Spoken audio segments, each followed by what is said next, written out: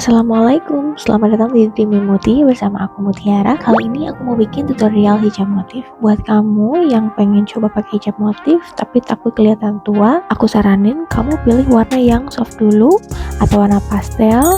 Contohnya aku beli kerudung motif yang warnanya pastel kayak gini. Hindari warna-warna yang terlalu kontras atau gonjreng, dan juga jangan pilih yang motifnya terlalu besar.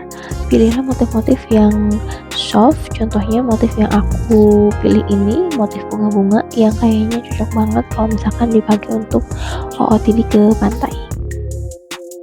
Yuk langsung aja kita ke tutorialnya.